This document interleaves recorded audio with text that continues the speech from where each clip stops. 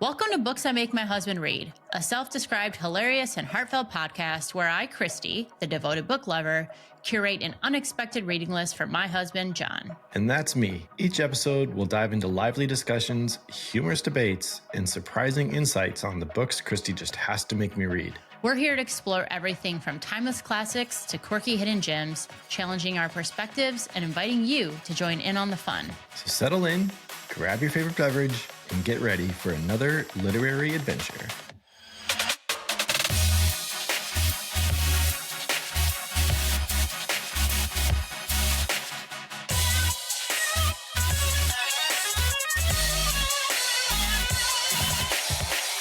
Hello, listeners, and welcome to Season 2, Episode 6 of Books I Make My Husband Read. I'm your host, Kristy. And I'm your co-host, Jon, the one that Kristy makes read all the books. Against his ever-loving will. Ever-loving. This week, we'll be discussing The House in the Cerulean Sea by TJ Klune, a heartwarming and whimsical tale about a caseworker who discovers love, family, and acceptance at an orphanage for magical children. I laughed, I cried, I did all the other things in between. Do you have a t-shirt to prove it? No, but I can make one. Yeah, this was a very wonderful book, a nice little change of pace. So I'm excited to talk about the Antichrist, because he's in this one. Yes. And I do realize that it is a story about magical beings, but it's really a story about humanity, in my opinion. Oh, yeah, absolutely. But before we get into that, we want to remind our listeners that the next two books in our lineup are going to be Say You'll Remember Me by Abby Jimenez and The Trade-Off by Samantha Green Woodruff. I am unfamiliar with this one. It is a historical fiction novel set in the 1920s. Oh, okay. Fun.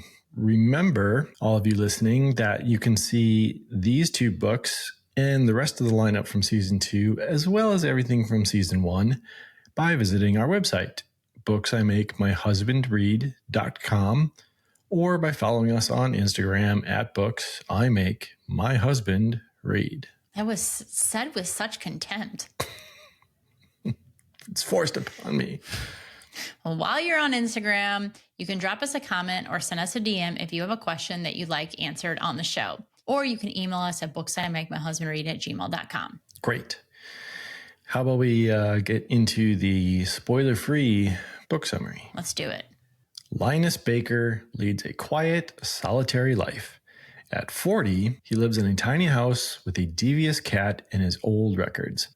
As a caseworker at the department in charge of magical youth, he spends his days overseeing the well-being of children in government-sanctioned orphanages. When Linus is unexpectedly summoned by extremely upper management, he's given a curious and highly classified assignment. Travel to Marcius Island Orphanage, where 6 dangerous children reside. A gnome, a sprite, a wyvern, an unidentifiable green blob, a were-Pomeranian, and the Antichrist. Linus must set aside his fears and determine whether or not they're likely to bring about the end of days. But the children aren't the only secret this island is keeping. Their caretaker is the charming and enigmatic Arthur Parnassus, who will do anything to keep his ward safe. As Arthur and Linus grow closer, long-held secrets are exposed, and Linus must make a choice: destroy a home or watch the world burn. Burn it down. Burn it down. Okay then, warning! If y'all stick around past this point, you might get burned by some major spoilers. Major spoilers? Major spoilers. What did someone do to you as a child?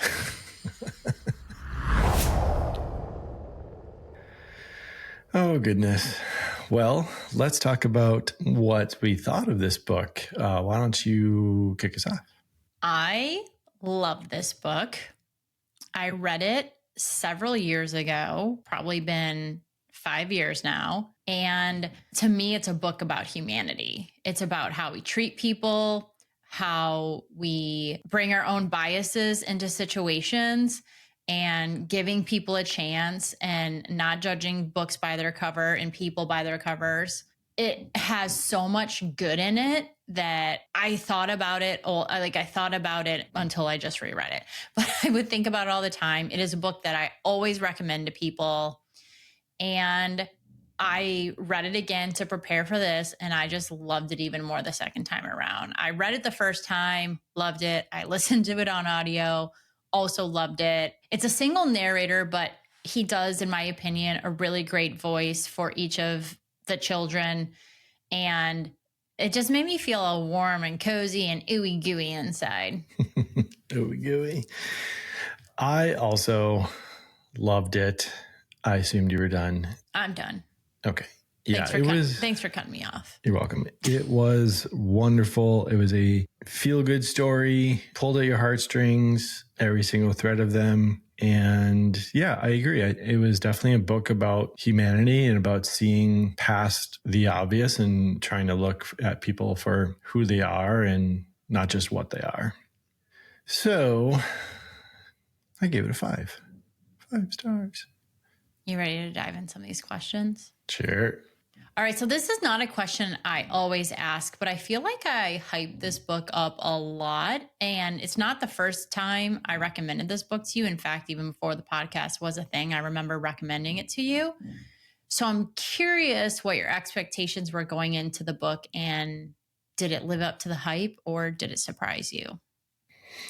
Yeah, I did go into it with some pretty high expectations. And so with that, it was actually a little not difficult to get into. That's not the phrase I'm trying to think of, but it made me like analyze it maybe a little bit more subconsciously to start with. But then not long into it, that kind of faded off. And I just started to enjoy the book for what it was instead of trying to think of what I thought it was supposed to be because you were hyping it up so much. But it didn't disappoint at all. It was different than what I thought it was going to be going into it, but not in a bad way or anything. It actually probably wound up being better. I thought it would maybe be a little bit darker for some reason. Because it had the Antichrist in it? Because it has the Antichrist in it, yeah. But it was just a really wonderful and like heartfelt story. Yeah. I think that it obviously has a message to it, but it does it in a way that is, I think, reachable and digestible for everyone to say, oh, I do that, or I could be better at that, or the world could be better at that. Yeah. So our main character is Linus. He is a caseworker for Dykemy, which is the department in charge of magical youth. Do you feel like you connected with him, and how did you feel about his transformation as a character throughout the book? I really enjoyed his arc and his development from where he started. 40-year-old dude working the same job for 17 years. Clearly the job itself, like the office environment, is anything, even the world that they sort of describe that he's in this, like, it's always rainy, it's cloudy and gray, not a lot of color. But even despite all that, he enjoys the piece of his job where he's really cares about the children that he's going to evaluate, I guess, or investigate or whatever.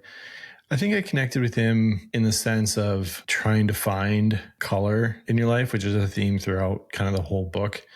I think one of the storylines that I liked about him the most is he has more strength within himself than he realizes or that he kind of gives himself credit for.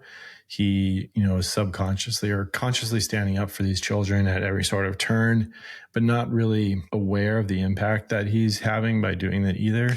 Well, I think that he finds his voice when he's on the island, partially because he maybe feels like he doesn't have that, but also because he's been so stifled. He's been follow the rules, follow the rules, follow the rules, because that is what is in place in the world that he's living in. Because the whole, if you see something, say something, we're all better when we follow the rules. And so that's been conditioned into himself. So when he's given the opportunity to speak more freely, to have a voice, to be in a position of protecting these children, I think that he just like finds it there because it's allowed. That he's given permission in a way, like an unspoken permission that he feels like he hasn't had before. Yeah, I think that's a great point. I think being able to find one's voice is just an important part of life in general. You kind of grow up with these thoughts and these traits, and then you kind of discover who you are as an individual. And a lot of people tend to fight that because they're like, oh, I shouldn't be this way, or this isn't how it's supposed to be, or what this isn't quote unquote normal or whatever. But until you sort of find that freedom to spread your wings, which is another analogy at the end of this book. It's empowering. It's an empowering moment in your life to then. It's kind of freeing too. It's like you kind of lose the weight of the world a little bit, which I think Linus did. Like he felt this weight on him. And then when he finally got to the island, he was able to express on these things, like lightness sort of came to him. I mean, it took him a little bit to shed his previous conditioning, brainwashing, whatever you want to call it, about how things should be. So he was very much still in the mindset of like, we have these rules, we have this structure helps us, the structure protects us. And then, as you're saying, slowly, like layer by layer, he actually, in a way, like he becomes more human by being around beings that aren't completely human. They humanize him, even though he's the actually only human there. Yeah, that's a great point. Let's transition to talk about some of the kiddos at the orphanage. Did you have a favorite child? And then what did you like about them? They were all wonderful. Please enjoy each child equally. Nicely done. I think I resonated with Sal quite a bit. And that you sometimes turn into a Pomeranian when you're scared. Yep.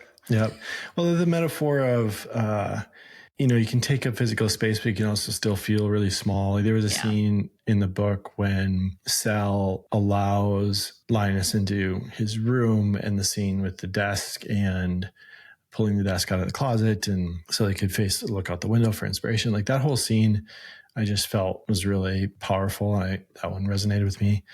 I thought that Talia and Linus were hilarious. Talia and Lucy.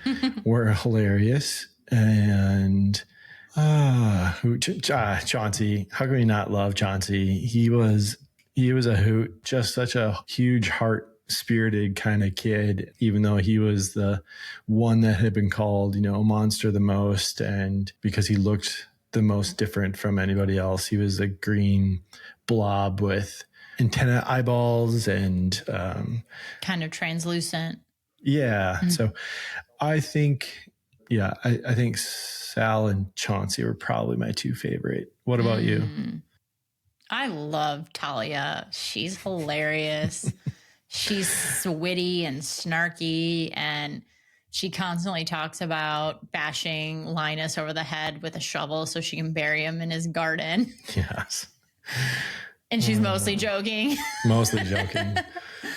And Lucy's great too. His little speeches that Lucy's a boy. It's short for Lucifer. This is the one that's the Antichrist, if you haven't read it. And he would, I am the bringer of darkness and end of days. And he would go off into these speeches on, what word am I going to say? Like these rants or these. Oh yeah. He would go off on these rants. It was really just to intimidate or be funny or whatever else. But he was not serious about it. But I really appreciated his character. And then Lucy and Talia together, like especially when they go into the town. Oh my God. That whole scene at the record store and the hardware store is classic. Store. Yes. Classic.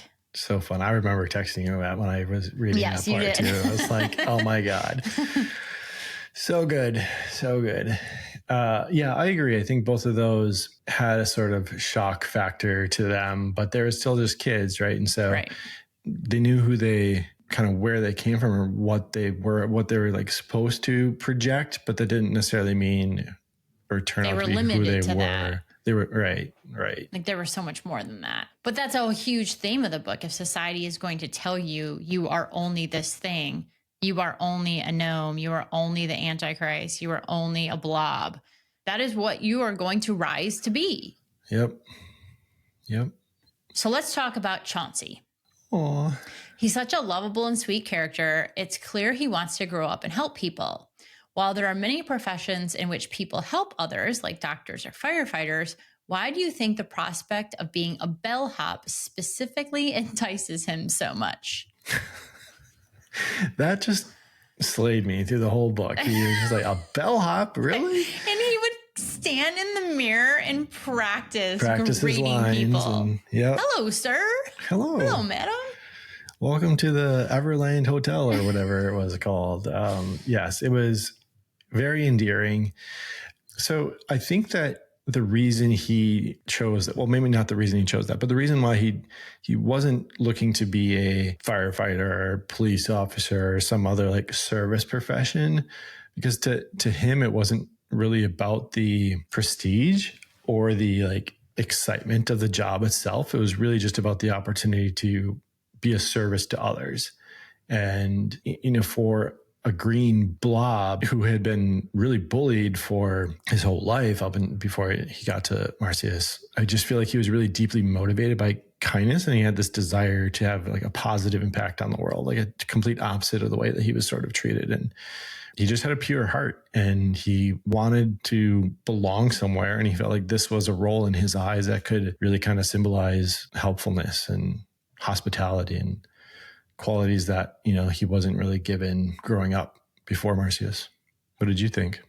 I agree. I think that he was in it as exactly as you say, for the fact of being in service to other people, not for the prestige of it. He didn't need to save lives to have an impact. He was just looking, I think, to change the narrative on how people saw him, and that he could bring kindness to that. And that's not always a attribute that we see in our doctors or our firefighters. So as a bellhop, you are in conversation and in company with people every day, and how you treat them matters so much. Yeah, he was just such a treat. Yes. All right, moving on to Lucy. Linus and Lucy bond over their love of music, and artists such as the Everly Brothers, Sam Cooke, Little Richard, the Big Bopper, and Buddy Holly are mentioned. Why is music such a large part of the story? What role does it play in the characters' lives? I love this part of the story. I can obviously totally relate to this part. I think I'd be friends with Lucy for his love of music as well. I think the part that it plays in this story is not all that dissimilar from what the part that music plays in our real world, is that it's really sort of the great unifier. It cuts through class and race and everything else, that you can bond over music no matter who you are or where you come from. And I think that was kind of the part that this was trying to say. The way that music comes up in this book a couple times too, there was like one part where Arthur comes to the guest house to visit Linus to bring him a record player. And inside that is it almost seems like it's a mixed record somehow, which I don't know how that'd be possible, but the way that Linus explained it is like all these different artists on one album. Anyway, but they were all love songs and, you know, kind of communicating or the underlying wave of the attraction and the relationship that was being built between Linus and Arthur. I thought that was also a really unique and fun play of how music appeared in the book. What did you think? How did you feel music played in? I agree that music is a unifier, but music also, like books, because it is speech, is also inherently political. And it is a artist's way of getting a message across or their thoughts across or whatever else. So I think that music allowed the children and Linus as well to explore different parts of themselves, to be exposed to different ways of thought as well. And I think that played a central theme in the book, that there are these ideas that maybe I have that I'm not allowed to have, or I think, but I'm not sure are okay. And I think that music for a lot of people, myself included, allows me to process things, allows me to see things from a different point of view. So I think that in the book that it does this as well. Yeah, that's a great point. Very astute. Thank you. I read for now while books are legal. Ooh. Burn it down. So body size is mentioned quite often throughout this book in various ways. Linus always attempts to shrink himself both literally and figuratively, and you mentioned this with Sal as well. Can you explain the dichotomy between him and being a larger person, yet seeming to try to take up little or no space? And then how does size have an impact on the overall story? I think the physical size is potentially a metaphor for the voice he does or does not have in the beginning, he tries to appear small and always says, excuse me, when he's bumping into desks and that sort of thing, because I feel like he doesn't want to be seen. He doesn't feel important. He doesn't feel like he has a voice or even knows what words to say if he was allowed to say them. And with Sal, it was kind of a different story. The space was more about fear. I think the reasons for shrinking are different between Sal and Linus, but I think the objective is the same: to not be seen, to protect yourself in an effort to not be seen in an effort to protect yourself. Yeah, right. I agreed. Just like lack of confidence too, especially in Linus's case. Right, for sure. But then as the book progresses, and I think the real turning point for Linus was when he decided to put on the adventure outfit and go on the adventure with the kids that one Saturday. When he puts on the adventure outfit, did you picture the boy from Up dressed as a little Boy Scout? Because that's what I did. Oh, that's hilarious. Yes, absolutely. Yes, just a little rotund and a little like bouncy. And yeah, that's awesome. But I think that was a turning point for him, because when he first gets and he looks at it, he's like, no way, not a chance. Oh yeah, I love how he says that through the whole book. But he's still drawn to it. It's like he's trying, like he wants so bad to come out of his shell or do something that he actually wants to do, but he's nervous or scared to do it because he's not supposed to, or it's not part of the rules or whatever. So I don't know that has to do with the size. I think that is driven a lot by his need to follow the rules, and he's not supposed to be getting close to these children. He's supposed to be an objective observer. So I think that was the motivation behind him not at first like thinking about going on the adventure, less than his size. Yeah, but I think the underlying metaphor is similar, though, where the size is confidence or having a voice or whatever. And he's like, here's something that is out of my comfort zone and want to go do. I don't think the two are... I mean, I think that there's a lot of things probably that overlap with themes in the book, but I don't necessarily see the throughput of that to that. For me, Linus really starts to find his voice, especially when they go to the town. And then we see him throughout the book, like eating salads the whole time, even like without dressing, because he's trying to lose weight or thinks he needs to lose weight. And then he finds his voice in the village and he eats ice cream. Oh, yeah. So I see that as like, he's not confident. He sees his size as bigger than he should be, that it's not accepted. And so he has to make himself small, which gives him a small voice because he's trying not to be seen. Mm-hmm. He's following the rules. And then he steps out of that and he's like, well, I can have some fucking ice cream too. Yeah, that's true. The point about him finding his voice in the village, not that it has anything to do with size, but him finding his voice, like each moment, each interaction with the postmaster guy, he was getting more bold, where he was like, he stormed out and didn't say goodbye or, whatever. How dare him? How dare he? Like he almost turned around and said, apologize for it, but then he didn't. So I think all those little moments are, like you said, kind of threaded around a similar theme. Yeah. I mean, those are my thoughts. I've not spoken to Mr. Klune to know if that was his intention, but all right, let's talk about Arthur as a character and a caretaker. How did you feel about him? Did the slow reveal of his backstory work for you? Arthur was wonderful. I liked his character from the very beginning. Really, the very first dialogue, kind of serious conversation that he had with Linus, it was kind of like philosophical, I think it was. I was like, oh, this guy, point of view, I was like really intrigued by. And I would like to sit down with Arthur and have a conversation. I think that'd be fun. And talk about Kant. Yeah, even though I had to look up who that was. Yeah.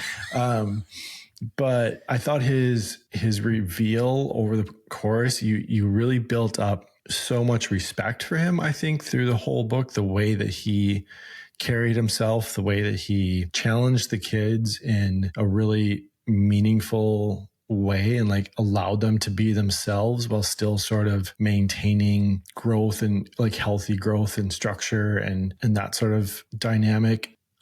So there were a couple of thoughts that I had about Arthur. One, I thought he was going to be Lucy's dad for a hot second, like early on, but that turned out not to be true. I did actually also think that he was going to be the Phoenix. There was the point where he made a reference about the Phoenix, or him and Linus are talking about a Phoenix.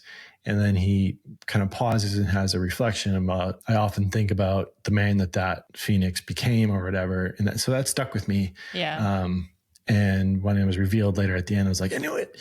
But I thought his backstory, the reveal at the end, was tragic and incredibly heartbreaking. And it was really, it gave some clarity as to why he wanted to maybe not only prove to himself, but prove to others that even where you came from and how you were treated early on, you could still become something different, something better. And I think he's instilling those same lessons into the kids because he lived through them. So that's sort of my initial take on Arthur. What did you think of Arthur overall through the book? I think I had if I'm remembering the very first time that I read it, I think I thought similar to you about Arthur possibly being related to Lucy, even though that would have made him the devil, I guess. But there are multiple mentions of him being like hot to the touch or warm. And then he finds a place that has like scorches and burn marks. So we see that. I mean, I really enjoyed his character. I think that it made sense for him to also be a magical being, given how much care and empathy he has toward the children. Yeah. And you see him do the same thing with Linus that he does with these children who come to him, that he reframes their mind, not by telling them, he's showing them what safety means. He's allowing them to be themselves, like within boundaries, but he's not saying like how you look or who you are is fine. He is letting them explore who they are and then guiding them in a way that shows them that it's okay, without just like, someone can tell you something 1,000 times. Like, it's okay, Lucy, that you're the Antichrist, even though they don't say that word in the house. And that you are what people think is bad and evil and like all these things. But instead, he allows Lucy to explore who Lucy really is. Instead of like, Lucy, you're only the Antichrist. Well, he loves music. He's very smart. He is somewhat of a leader on their adventures, even though he sends other people in. But he's also 6 years old. So right, yeah. There's room for that. But he allows each child to like be themselves instead of what they're only told that they are. And he really does the same thing with Linus. Like, he lets Linus discover that there's a different way of doing things, that he doesn't have to follow the rules. But instead of saying like, you don't always have to follow the rules, he lets Linus be himself, and he's showing them that there's a different way instead. Yeah, he's allowing them to come to that conclusion on their own, as opposed to being told, like, you know, someone like Lucy could be like, well, this is who I am. Right. And as opposed to just like giving them that space and that openness to question it, and then finding other things that they gravitate to, and then leaning into that and feeding that good part for them. Yeah. And I think that's the whole point of like their personal pursuits, that they can go do the things that they want to do instead of having the structure of, oh, you have to do this and you have to learn this and you have to think this. What a good leader. Right. I did know that, or I did suspect when I read it first, that he was a magical being because of the whole Arthur has a way of knowing everything that's going on the island. Sure. And, well, because he's flying around looking at it. Right. It seems like, I guess. Right. Yep. And that scene when he leaves the guest house and Linus says he sees like a flash of orange from the outside or something like that. I was like, okay. I'm guessing he took off into the sky. Yeah. The book critiques blind rule following and bureaucratic systems. Did you feel that message was effective or too on the nose? I think that can be both very effective and very pointedly on the nose. It was satirical. I don't know if that's the right word, but I think the book really kind of nails this theme on the head with the impacts on what groupthink and blind following can lead to, especially the scene at the very near the end of the book where a handful of villagers are gathering because they're going to theoretically storm the island. And as soon as they're question with like, well, what were you really going to do there? Were you going to beat these children? Were you going to like, once they start questioning it, then they're like, oh, well, that's not what we were going to do. Well, then what was your point? And they have this whole dialogue and they just disperse because they really didn't have a plan. They were just like blindly following each other in this, mob mentality of, rooted in hatred and unknowing. Yeah. So what did you think? I mean, how'd you take the rule following theme in the book? No, I think that it is told through like a satirical lens. And I know we think of that as usually dark humor in storytelling with like when we think of satire, but anytime you're like ridiculing a system or a thing, like that's through storytelling, it's satire. So I think TJ Klune does a wonderful job of this in a way that makes you feel warm and fuzzy while getting a really important message across. And you're absolutely right about that scene toward the end of the book and, the mob mentality and who knows, like what would have happened if they would have went through it and like all those things and having typically like bad endings. Yeah. Yeah. So along the same lines, the story addresses prejudice and the fear of the other through a magical lens. Did the allegory land for you? Yeah, absolutely. I think it took a really sensitive topic and made it extraordinarily approachable, not just with the fact that they're children, but that they're, like you said, a magical lens, they're magical youth. And so there was like a whole nother level of being different and that sort of thing. And so I thought that whole theme was just really beautifully written and made it very easy to talk about, right? Like in a subject matter that is otherwise can be often triggering and defensive. I also think that, and I know this book isn't like a children's book, but I do think that it definitely can be read by a younger group of people. Yeah, a younger age group. And so I think that it is done in a way that would allow parents or anyone raising children to have conversations that maybe they find to be tough and address some issues that like you can talk about these characters and like, what did you think about this one? And how do you feel like about how they treated this person? Or what would you have done in this situation? Why do you feel that way? Absolutely.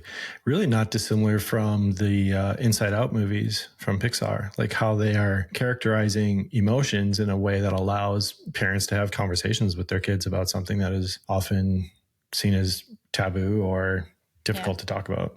Yeah.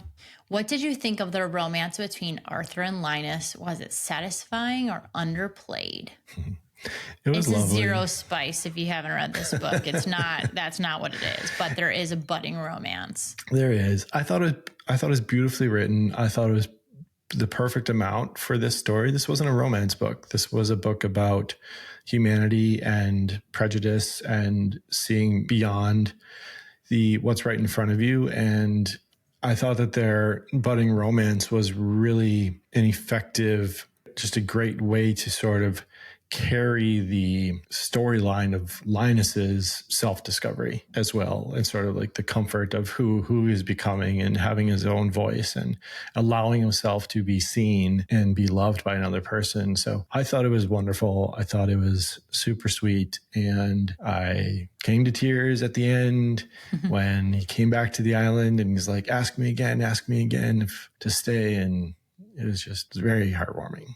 I was kind of bawling. Yeah, it was a tearjerker. It was, yeah, I agree. +1 to everything you said. I guess I didn't think about their relationship in relation to Linus's own journey and like, I guess maybe the specificity in that, but like, you're right, giving him permission to be who he really is or wants to be instead of these constraints that he feels like have been put on him. Yeah. And just to be seen in general, like we've said, his whole point was to not be seen, to fall to the background and not engage and that sort of thing. And so allowing himself to be seen that way, I thought was just a really beautiful way to write that in.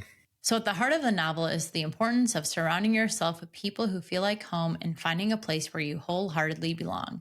How do you personally define home? I agree with how the book defines it. It's not a place. You and I moved around multiple places and each place has felt like home, some more than others, but each place has felt like a home because we've been there together. And I think that's really what defines it. Now, I'm going to add a little subplot to that because no subplots. You also do a wonderful job of making each place that we are in feel like a home. Aww. So, and not just because you're here, but the care that you take into all the things that you decorate and the way that you choose things and that sort of stuff. So each place that we've lived, wait. Physical building along the way. What? So you like my design choices and style? Most of the time. And this is why you are the design assistant and not the person who gets to choose the furniture. Yes, I know. I know. I'm Chip to your Joanna. Yeah. I can't build shit though. Anyway, but back to the question. Yes, you do. You just do it in a digital space. Sure. He can't do what you do. I promise you that. Fair. Less tangible, but fair. It's not any less tangible. We live in a digital world. Do we live in a material world? You can't sit on what you make, but people use the things you make every day. Sure. So back to the question. That's how I define home. I'm going to assume that you define it the same way, but enlighten me if you do not. My definition is extremely different. Please do tell. So, no, I'm just kidding. But I think of home as I don't remember which movie it is, but when Heimdall tells Thor that Asgard is not a place, it's a people. And so I think of that for my home. Like, my home is not a place because we have lived in many places and my home is where you are. Aww. That's the end of my answer. How heartfelt of you. Aww. Yeah. Yeah. It's, all those romance books you're reading are not helping. Jesus Christ. My evil plan is not working. This is only season 2. Patience, Iago. I did not give you this question ahead of time. So a lot of the characters in this book could not be played by people if there was a film adaptation of this book. So of the 6 children, are there any of them who you thought of a voice and you would cast that person as the voice of them? This isn't fair. I didn't have time to deep search IMDb for people answer. You don't know. I've never heard this person's voice. No, but it would be amazing. It's fine. I mean, I just wanted to throw one at you. I didn't. I mean, I listened to some of this. This was actually also a sidebar, the first book that I both listened to and physically read, which was kind of fun. How did you like that? Good. Bouncing between them? Yeah, it wasn't too bad. I actually missed having a book in my hand, but I allowed the narrators' voices of the characters to sort of permeate in my head. And I didn't really leave from that. You're asking this question, so I'm assuming you had a few in your mind as you were reading/listening. Well, the one I already told you is, if you have seen, now this person is probably dead because this claymation came out a long time ago. But if you have seen Rudolph the Red-Nosed Reindeer and you remember it was a Charlie in the Box from the Island of Misfit Toys. That is Chauncey's voice. That is 100% 100% voice. Yeah. I'm not going to attempt to do it. I know. It's just about to. I'm like, no, terrible I'm not. impressions. No, that's not going to happen. But if you know, then you know. Yeah, I could absolutely hear that. That's funny. Do you think Cricket from Big City Greens could be like Lucy? Maybe. That'd be fun. I don't know who voices him, but that person. Yeah. No, I really didn't have any. It was just kind of a random thought that came into my head because we had talked about the Chauncey thing, and I didn't know if you maybe heard other voices. Yeah. I mean, I hear voices all the time, but I don't tell people about them. It's probably a good idea. All right. So final question. Do you have any final thoughts you wanted to share on the book? And then, of course, would you recommend this one to our listeners? Yeah. This was a different book than you've had me read before, I felt like, but I really enjoyed it. I really don't know how to describe it. Like, it was magical realism, it was magical realism. Okay. I mean, they're set in a world that has a lot of the same things that we have. Yeah. Okay. So again, like the way that you talked about it and hyped it up and what I had in my head going into it to what it was just a wonderful surprise. It was lovely. And I think with everything going on in the world right now, it was just a nice read with a good, happy ending. And I loved it. I loved it. I think I would absolutely recommend it to people, anyone. I think this one. Anyone? Be alert. I think this one spans, like, even if I only read thrillers or blah, blah, blah. I think people would enjoy this book. So I love it. Go read it. Yes, I would recommend it as well. I think the theme is that it takes courage to change hearts and minds. And the book does a really wonderful job at telling that story. Yeah.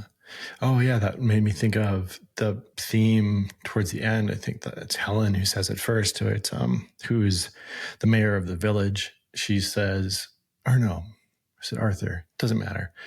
Like, change starts with the minds of a few, or the voices of a few, voice of a few, something like that. And I was like, oh, that's stuck. Yep. It's so true. Mm-hmm. Well, we wanted to remind everyone that the next 2 books in our lineup are Say You'll Remember Me by Abby Jimenez and The Trade-Off by Samantha Green Woodruff. And as always, don't forget that a free way to support our show is by leaving us a review and rating us on Apple Podcasts. Also, if you don't want to rate us, but you have a question, remember that you can email us at booksthamake@gmail.com, or you can send us a DM on Instagram.